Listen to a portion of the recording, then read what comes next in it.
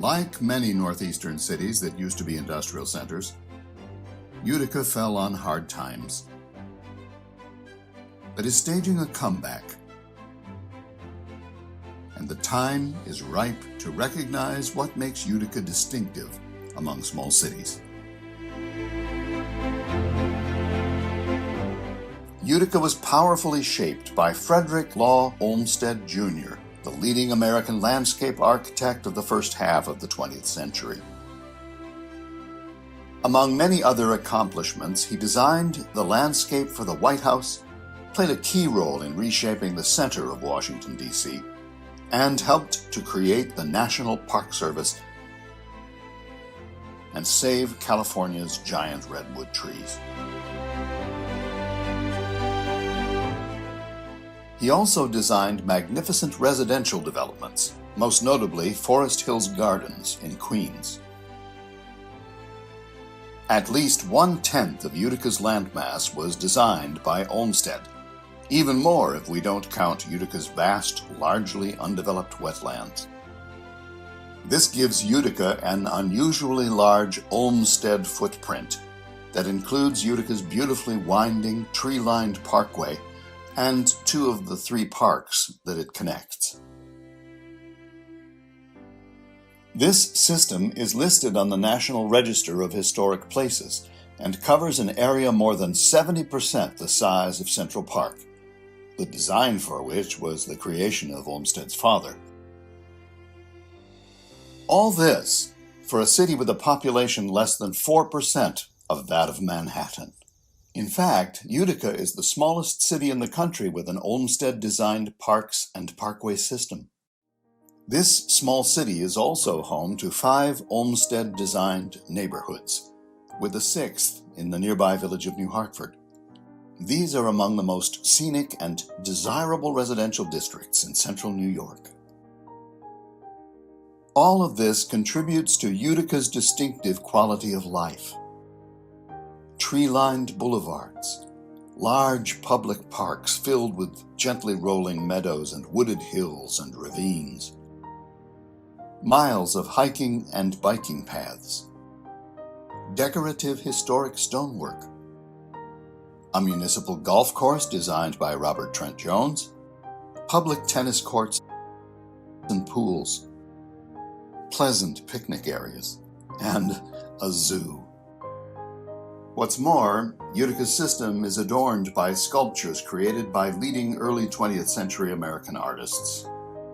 All this is a legacy of Utica's rich past as a leading center of textile manufacturing and an important regional economic and political center. Great wealth was generated here in the age of industry, but none more fabulous than the Munson-Williams-Proctor fortune. 2 sisters, possibly the wealthiest women in central New York at the time, married 2 brothers, prosperous businessmen from New England.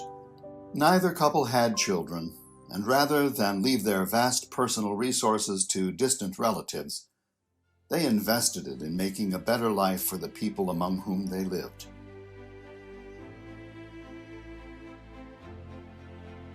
The Proctors created one of the finest regional art museums and schools of art in the country.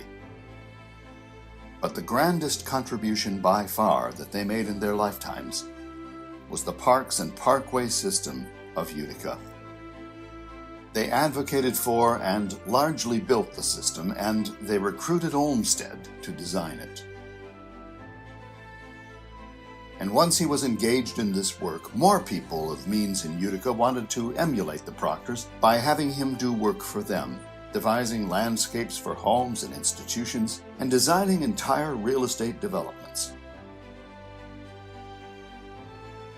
So come along as we journey in this brief series through Olmsted's Utica and see for yourself how the vision of a wealthy, public-spirited family initiated decades of work here, and how the Olmsted brothers' vision continues to enrich this little municipality to this very day.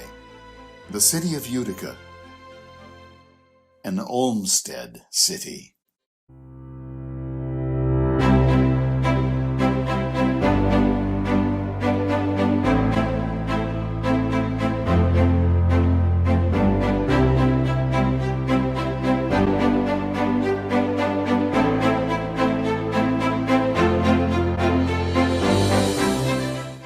19th century Utica banker and philosopher Alexander Johnson coined the phrase, "From tiny acorns do mighty oaks grow," an apt metaphor for Utica's Olmsted experience that began small but evolved as no one could have foreseen.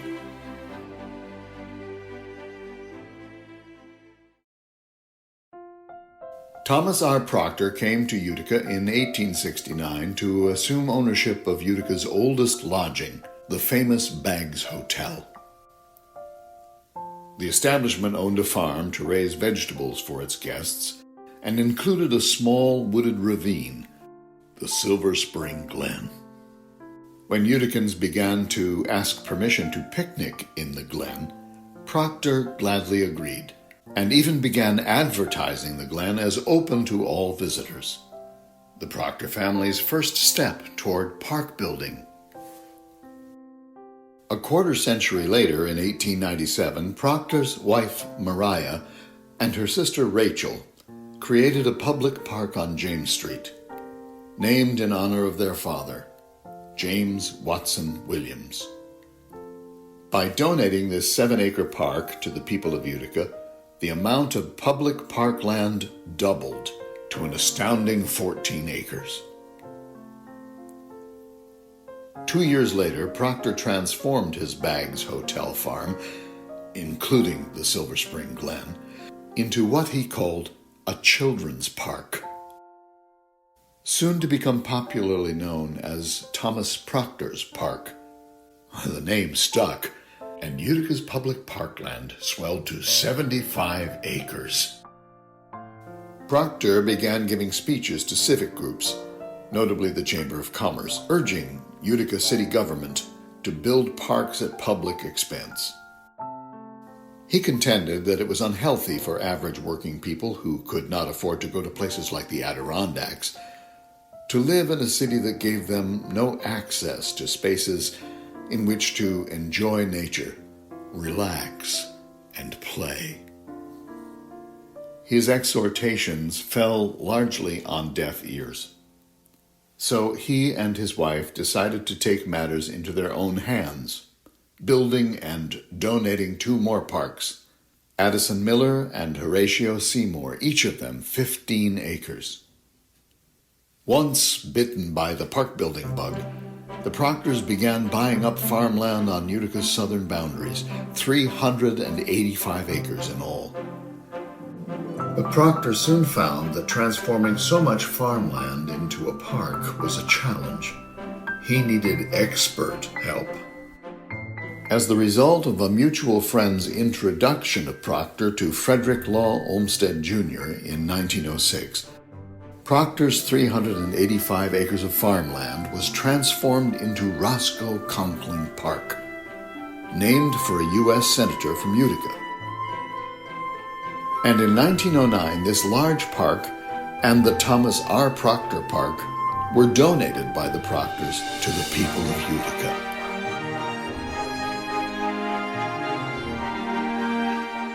Originally organized around focal points, the park included small buildings and seating areas mostly named for trees: the elms, the hemlocks, the maples. The highest elevation, called the Plateau, is now noted for the statue that was placed there later, known as the Eagle.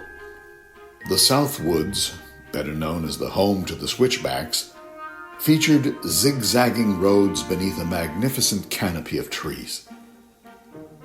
Although some of this has disappeared, much remains.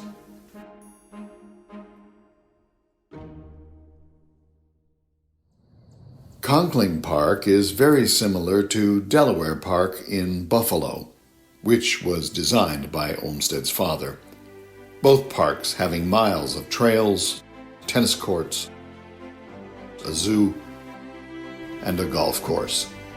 And although Conkling Park lacks Delaware Park's beautiful pond, it does offer another sort of Olmstedian feature, lacking in its Buffalo counterpart: viewing areas of magnificent vistas of the upper Mohawk Valley.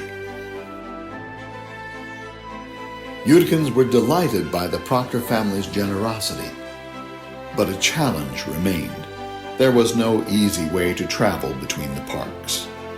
Proctor had for many years advocated not just for these parks, but for a broad, tree-lined, park-like boulevard as well.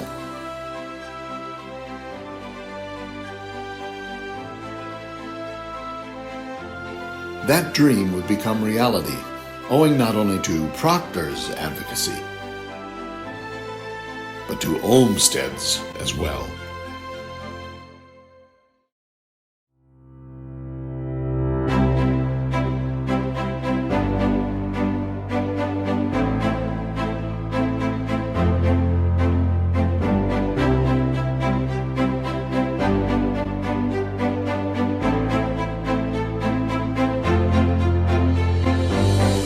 By July 1909, the Proctor family had donated 5 parks to the people of Utica, nearly 500 acres that included the largest, Roscoe Conkling Park, designed by Frederick Law Olmsted, Jr.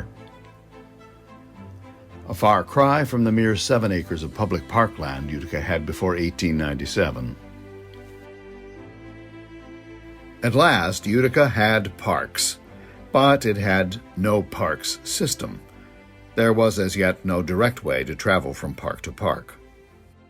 For years, Thomas R. Proctor had advocated for the creation of a tree-lined boulevard that would be a kind of park in its own right. And in the spring of 1906, Olmsted, apparently at Proctor's urging, produced a design for that parkway. At the same time, the Utica Chamber of Commerce hired Olmsted to produce a pioneering urban planning report, one of the first such studies by the Olmsted brothers. Published in 1908, that report recommended the creation of a green belt, stretching almost around the entire city. Although that ambition wasn't fully realized, Utica's Parkway, which in its original form stretched nearly 5 miles, cradling much of the city and linking the parks, became a reality. Utica's city government built an experimental half-mile stretch of the parkway from Genesee to Elm Street in the summer and fall of 1909. They wanted to give the people of Utica an idea of what the project would look like before committing tax dollars to the creation of the entire boulevard. When this first leg was finished, the public's response was enthusiastically favorable, and so the city of Utica carried out the rest of the Olmsted Parkway design between 1910 and 1919. In contrast to the larger, better-known parkways designed by Olmsted's father for Buffalo, Utica's parkway was arguably more consistent with the general Olmsted style, curvilinear rather than straight, following the natural contour of the land. Indeed, one stretch consisted of 2 lanes that rose up and hugged the Conkling Park Hill before bending to the northeast, cutting across farmland that would become an Olmsted-designed residential district. At last, the parks were linked by a wide, tree-lined boulevard of the sort that Proctor and Olmsted had advocated. But the park-building endeavor of the Proctors was not quite finished yet, and Olmsted's work in Utica was far from done. Proctor decided he wanted to cap off the eastern end of the parkway with one last park, one that was in many ways the masterpiece of his collaboration with Olmsted. Named in honor of Proctor's half-brother, the Frederick T. Proctor Park was opened to the public in 1914. It was notable for several beautiful cement-reflecting pools, lovely stonework and decorative features, elaborate walking paths, and white latticework bridges over the creek. The most striking features? 2 ponds in the lower level of the park. One of these ponds featured a round, domed, neoclassical temple that was more likely to Proctor's taste than Olmsted's. By widening the park's Starch Factory Creek to create an island and a waterfall, a second pond was fashioned and, like most Olmsted creations, was made to look natural rather than engineered. Unfortunately, the two ponds were removed as part of a flood control effort by the Works Progress Administration during the 1930s. But the WPA also enhanced the park by building stonework to complement Olmsted's creations, as well as two stone restrooms, later known as bathhouses. The park also featured a formal granite gateway designed by Proctor's brother Frederick. Olmsted wasn't fond of it, but Thomas Proctor liked his brother's contribution, and so it was built and remains to this day. When Thomas R. Proctor died in 1920, the park was still owned by his family, though they had permitted the public to enjoy its use. But in 1923, Maria Proctor donated the park to the people of Utica. Utica's public parks and parkway system were now complete. Yet Olmsted's work in Utica continued, as did the elaboration of the parkway that he and Proctor had done so much to create. Much more was yet to come in making Utica an Olmsted city.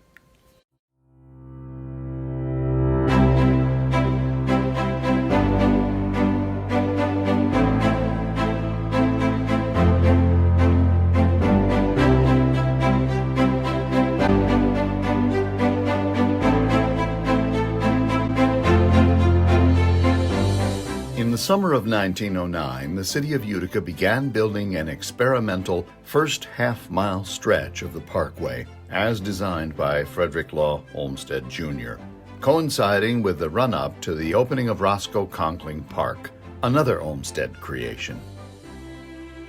As all this was unfolding, Emma Mann Swan, widow of Utica attorney John R. Swan, approached the renowned American artist Frederick William McMonnies at his studio in Paris and commissioned him to design a bronze fountain in memory of her husband for Utica's nascent Olmsted system. Originally intended for the entrance to Conkling Park, this elegant fountain was too small for that site. So Olmsted decided instead to place it at Elm Street across from Conkling Park, at the easternmost end of the parkway's first stretch. Other McMonnies creations include the statues on the famous arch in Grand Army Plaza by Brooklyn's Olmsted-designed Prospect Park, the statue of Nathan Hale on the lawn of City Hall in Manhattan, and the now-lost fountain at the 1893 Columbian Exposition in Chicago, the site for which Olmsted's father, with the help of young Olmsted Jr., had created the landscape design. Pan, the god of field and forest, occupies the center of the Swan Memorial Fountain, which also features fanciful sea serpents and spouts shaped like the heads of fish and even dogs, appropriately, as the fountain's lower troughs were designed to offer dogs a drink. In the heyday of the City Beautiful movement, which advocated for statues, neoclassical buildings, like Utica's palatial train station, and other elegant public adornments, the belief prevailed that beautiful art would uplift and civilize society. Although not originally part of the plan of Olmsted's design for Utica's system, the westernmost first half-mile of the parkway consequently became the location for other monuments, some of these also created by artists of national prominence. So, the Swan Fountain was the first of many. A statue of American Revolutionary General Friedrich Wilhelm von Steuben was added next. Crafted by the Swiss sculptor J. Otto Schweitzer, much of whose work is located in Pennsylvania, including two statues of Lincoln, one at the Gettysburg battlefield and the other in the Union League of Philadelphia. In addition, the sculpture called the All Wars Memorial to Colored Soldiers and Sailors in Philadelphia's Logan Circle was a Schweitzer creation. Utica's von Steuben statue was commissioned by Utica's German-American societies as a symbol of their pride as Germans and their loyalty to the United States. The unveiling ceremony was to have been attended by President Woodrow Wilson. but for various reasons, Wilson had to cancel at the last minute.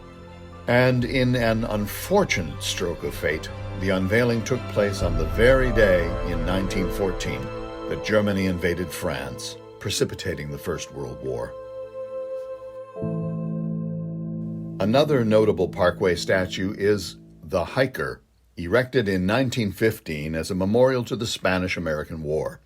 The most respected creation of Alan George Newman, the Hiker seems to have been inspired by Frederick Remington's depictions of the American Old West.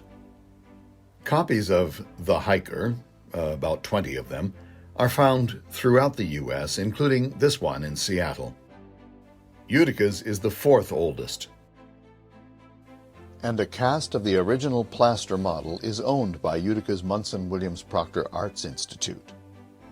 Atop Roscoe Conkling Park, overlooking the Parkway, is the Eagle, perhaps Utica's best-known piece of public art. The work is by Charles Keck, who also created the exterior sculptures on Manhattan's Waldorf Astoria Hotel, a statue of Father Duffy in Times Square, another of Senator Huey Long in the U.S. Capitol building, and Tuskegee, Alabama's sculpture of Booker T. Washington.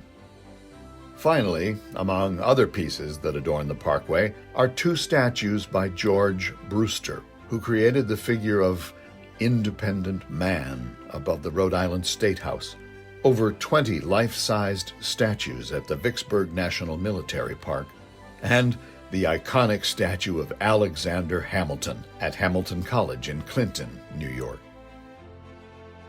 Brewster's Parkway statues are those of James Schoolcraft Sherman, the Utican who served as Vice President of the United States from 1908 to 1912. And, of course, Thomas R. Proctor, whose vision and collaboration with Frederick Law Olmsted, Jr. brought Utica's parks and parkway system to reality and made Utica an Olmsted city.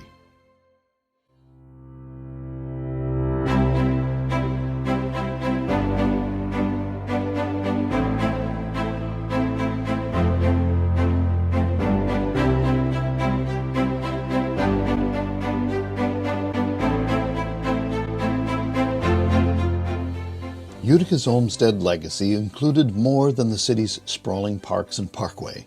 The brothers John Olmsted and Frederick Law Olmsted, Jr.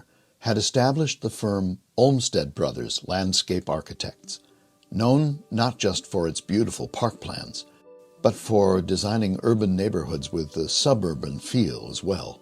Neighborhoods like Forest Hills Gardens in Queens.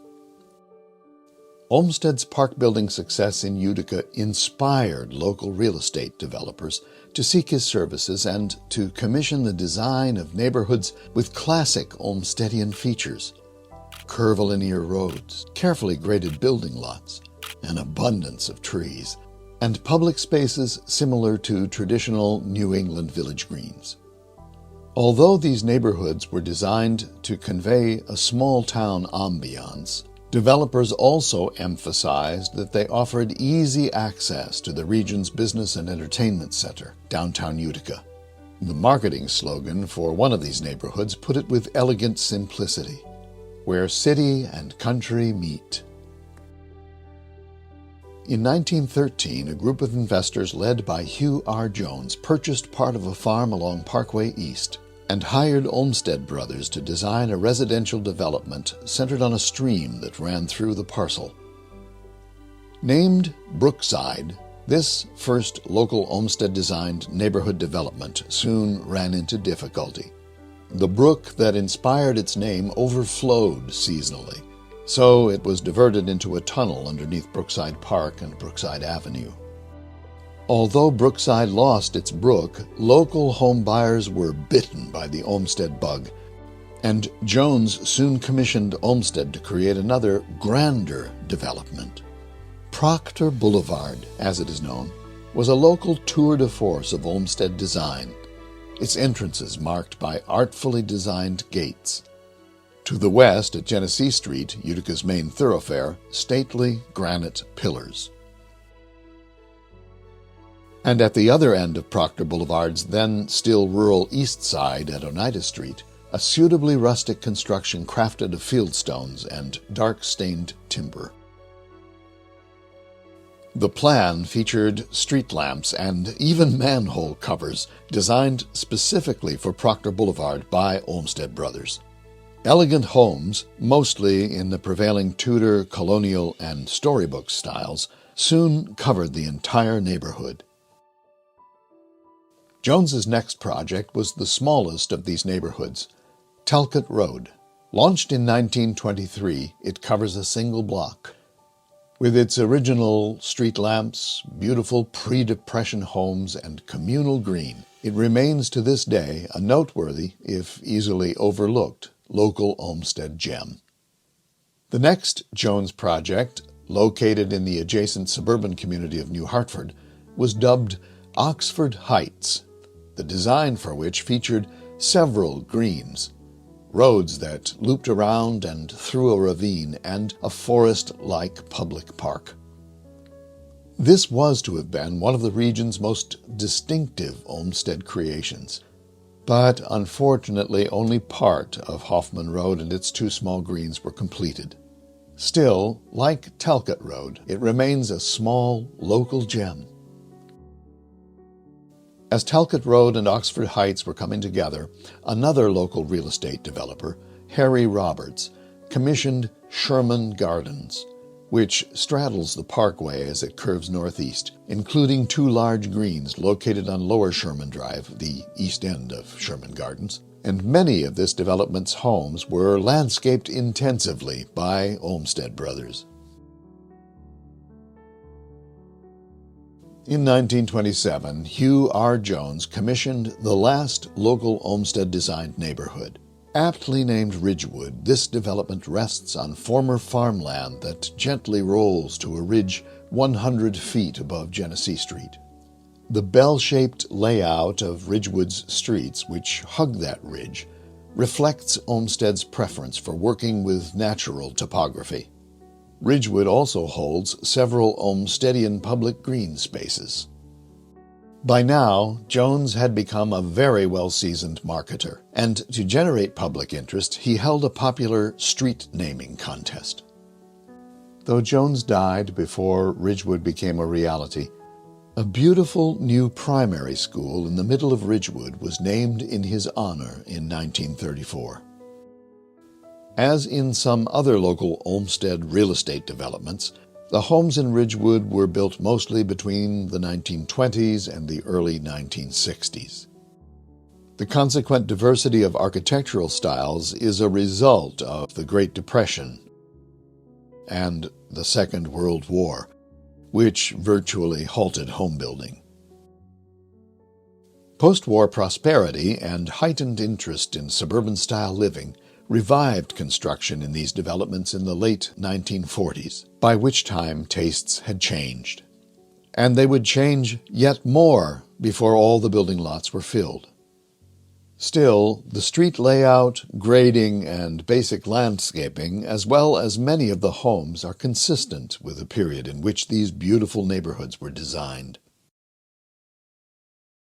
Taken together, Utica's parks and parkway system and these neighborhoods, all of which cover at least a tenth of the city's landmass, make the little city of Utica distinctive as an Olmsted city.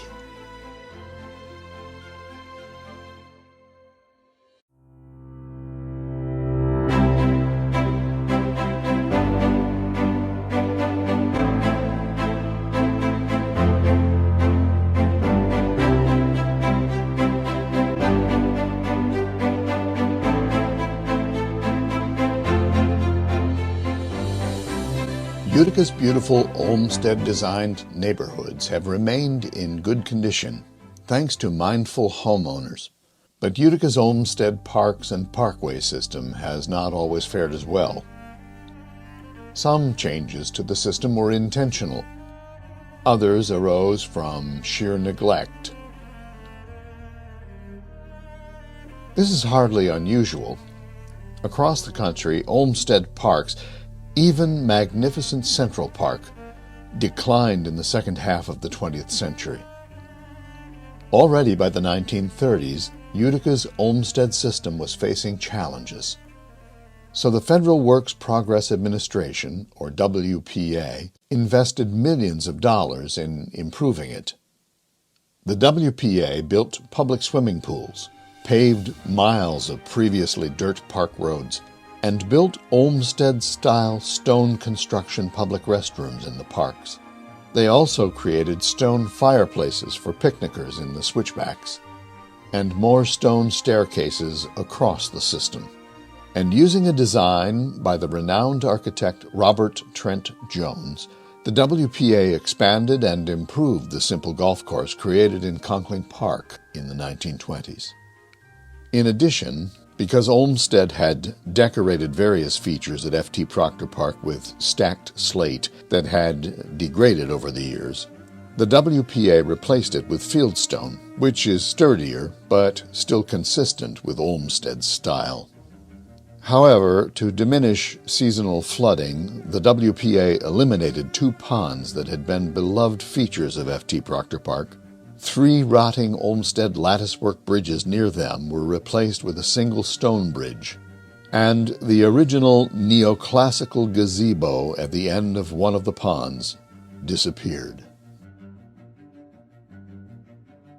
Thereafter, simple neglect exacted a toll. Olmsted's elegant system of walking loops, carriageways, and a second reflecting pool, much like the surviving lily pond in F.T. Proctor Park's north side, were abandoned to nature in the 1960s. Equally regrettable was the intentional transformation of the parkway into something more like a crosstown expressway in the early 1970s. Fortunately, it didn't suffer the fate of Buffalo's Olmsted-designed Humboldt Parkway, which was demolished. Still, Utica's parkway was truncated and reordered, and though it remains beautiful, has lost some of its original charm. The parkway consisted of 2 parallel roads, each with east and westbound lanes. Thanks to a decision forced on Utica by the New York State Department of Transportation, the southern part of the parkway became eastbound only, and the northern part became westbound, and visually polluting signs and signals proliferated. Turning lanes were carved out. The stretch of Burstone Road, once known as West Parkway, was widened and lost much of its tree canopy, and little parks around several statues were whittled down. In addition, the elegant Olmsted-designed V-shaped interchange that channeled traffic between Pleasant Street and the Memorial Parkway by the Utica Zoo was eliminated in favor of a charmless S-shaped road. More recently, the New York State Power Authority clear-cut a stretch of forest in Conkling Park along the parkway to build an educational center. Although a worthy project, its construction in that location irreversibly altered important aspects of Olmsted's design that had helped put Utica's system on the National Register of Historic Places. Despite all this, the news in recent years has been predominantly and increasingly positive. Volunteers are helping to restore and care for these historic public spaces. Donors are also making fuller restoration possible, and local government commitment to the system is again on the rise. Olmsted City, a local nonprofit, is playing an important part in these efforts by replanting and maintaining neglected beds, creating new ones, installing benches, restoring views long obscured by overgrowth and invasive species, and carrying out ambitious restoration projects, including a multi-year effort to revive the north side of F.T. Proctor Park. Together, we can and will continue enhancing this magnificent historic system which makes Utica so distinctive among small cities as an Olmsted city.